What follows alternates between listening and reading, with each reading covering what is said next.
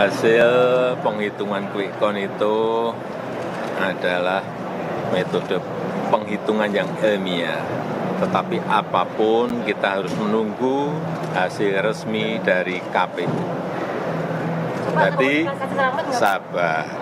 Tapi Pak di satu saat sudah berkomunikasi belum Pak dengan Ojo ke susu. Sabar. Selamat belum Pak? Selamat belum ke Pak Prabowo dan Mas Gibran? Udah, selamat. Gitu. Telepon ya Pak? Ketemu langsung udah. Kapan Pak? Malam ya? Kapan Pak? Malam Berdua atau dua-duanya atau Pak Prabowo aja? berempat. Siapa aja Pak? Bapak tidak Pak? Siapa Pak? Bapak tidak siapa? Ya nggak perlu saya sebut. Jangan salah, tapi Pak di satu sisi Pak banyak masyarakat yang menyoroti soal kecurangan seperti dari surat di TPS katanya di upload ke Sirekap kok hasilnya berbeda dengan yang sudah ada di mana Pak? Yang pertama ya, mengenai kecurangan. Caleg itu ada saksi di TPS.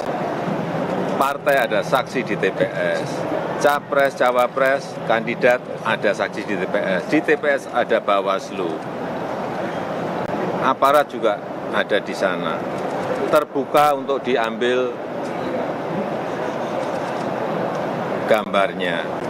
Saya kira pengawasan yang berlapis-lapis seperti ini akan menghilangkan adanya kecurangan. Tapi kalau memang ada betul, ada mekanisme untuk ke Bawaslu, mekanisme nanti persidangan di MK, saya kira sudah diatur semuanya kok. Jadi janganlah teriak-teriak curang. Ada bukti langsung bawa ke Bawaslu, ada bukti bawa ke MK.